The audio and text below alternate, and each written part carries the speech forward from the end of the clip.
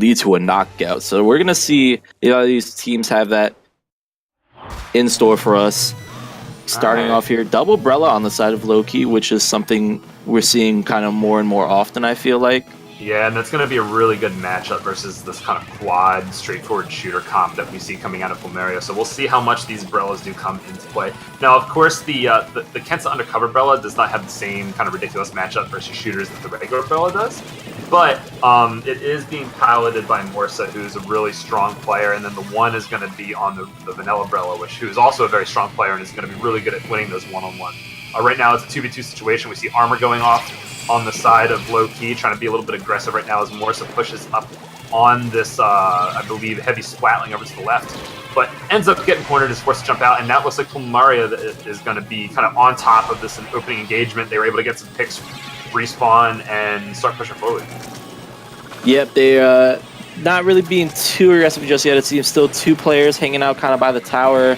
Not sure where the other members are right now, but the Stingray is going to put a hole at the checkpoint as the one looking maybe to sneak up around them here on the tower.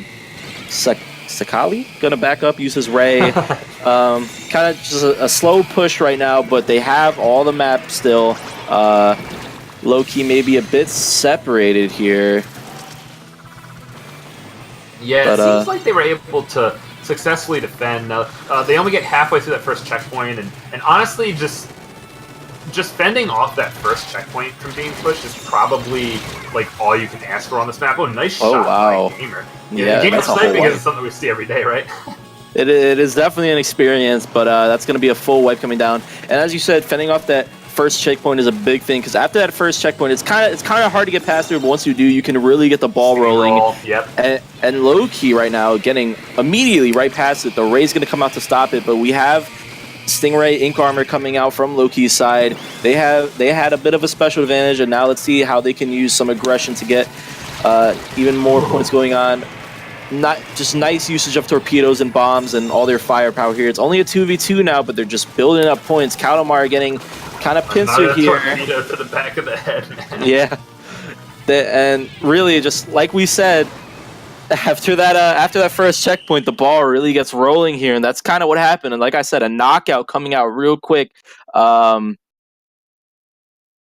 Plumeria just not able to stop the first checkpoint, and after that, they kind of Lowkey did a great job getting to good positions to pincer the opponents as they came in, figuring out where they're coming from and attacking it really well, as well as just using the specials together. The Ray came out from Plumeria at the first checkpoint, and Lowkey immediately responded with their own Ray and an Ink Armor. Mm-hmm. They kind of just put it all together really nicely, and I mean, hey, it worked out. How do you feel? Yeah, I think that it kind of came down to just Lowkey generally being able to outslay. We saw the KDs when that match was over, and that game was over, and they were sort of even. Both the top scorers were the armor users, and they had a similar amount of armors, if not the same, if I recall correctly.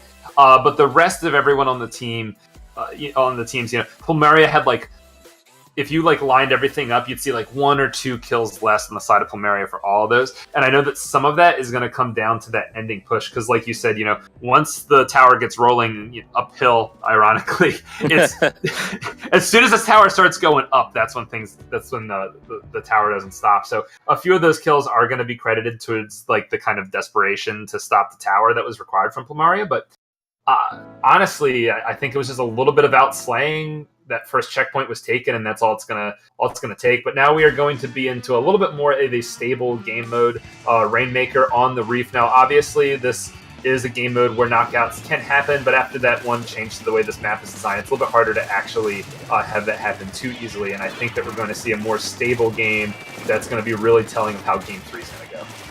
Yeah, I think they're very different maps, but I think you kind of see some of the same philosophies come through as, from Moray Tower to Reef Rainmaker, because you're kind of pushing the Rainmaker up higher into the other team's spawn. Mm-hmm. And if you can get a little bit less of that point of no return, like that Moray, it was once you get the objective past this point, everything just goes wrong.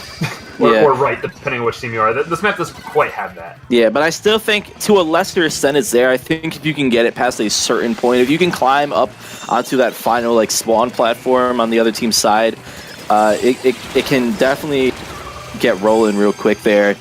But Plumeria starting off here, it's a 2v3 situation, but they're trying to hold the bridge, which is a very important part of this map. They're going to find a pick on the one there, and really Lowkey holding the Rainmaker right now with only 2 other teammates up, and it's going to be a bit of a trade situation there.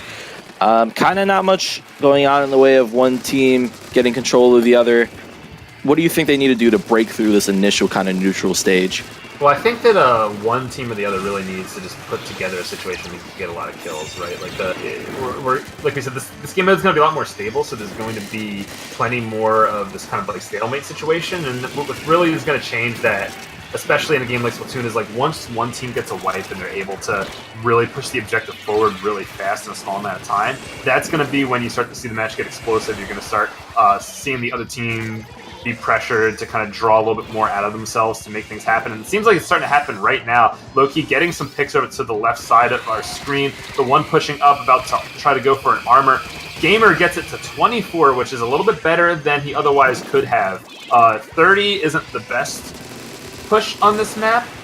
It's a little bit beatable, but getting it into the 20s is where it really starts to get scary. And now we are going to see Plumeria be forced to play more aggressive, like we were just talking about, right? You know, they have a really big push ahead of them. They only really have half of the game's duration left. So the longer they take to make things happen, the more they're going to be pressured to be desperate. So this is the part of the game where they have to put together like really intelligent, purposeful aggression, so that they're not forced to be desperate later.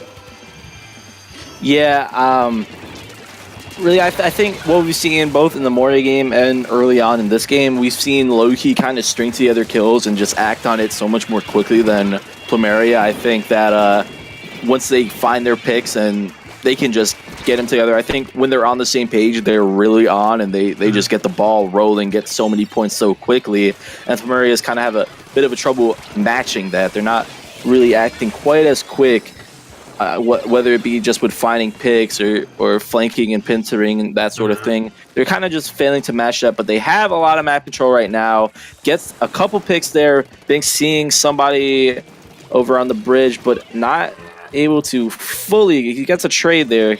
But I think that a big part of what you're talking about as well is the fact that, you know, Lowkey is using this comp with multiple Brellas. It makes me think that they kind of have the knowledge of what Plumeria is going to be likely to bring to the table ahead of time, because this kind of hard counters their comp, right? Like when you're going quad shooter, especially on a map like this with some kind of stalemate situations, those Brellas are going to take advantage of those situations and just be unkillable. But you know, the one's just going to put a shield up, you're not going to be able to take him out. There's going to be that Kunder that can get aggressive as well. Didn't work out for Lowkey in that particular situation, but I mean, it just keeps slowing everything down because Lowkey more time to get specials. We see Gamer with the Stingray available, and just it's just really hard for quad shooters to take to deal with double Brella. Yeah, I would definitely agree with you. That's actually something I wanted to comment on myself. I think that there's just so many more situations where, you know, Plumeria, not the quickest to mount their offense, but also just the double Brella comp just makes it so much easier to stall it out, and it gives Lowkey the time to find like specials and flanks and picks. You know, the time it just takes to get past these double Brella comps with these quad shooter, it just lets Lowkey find advantageous situations so much more often. They're kind of just with because they can be aggressive when they want to, and they can be defensive when they want to, because they're the ones with the shields that are determining if the engagement moves on or not. Where Plumeria, it's like they can't really control the pace of the game that well, so they really can't control like the outcome of situations, and it kind of leads to what you were talking about, right? Like the Lowkey, you know, they pushed when they wanted to, they defended when they wanted to, and Plumeria, when they had to defend, you know, or they had to attack, if the game wasn't naturally going that way at the time, they couldn't change it, and that led to Lowkey getting this win. Yeah, I 100%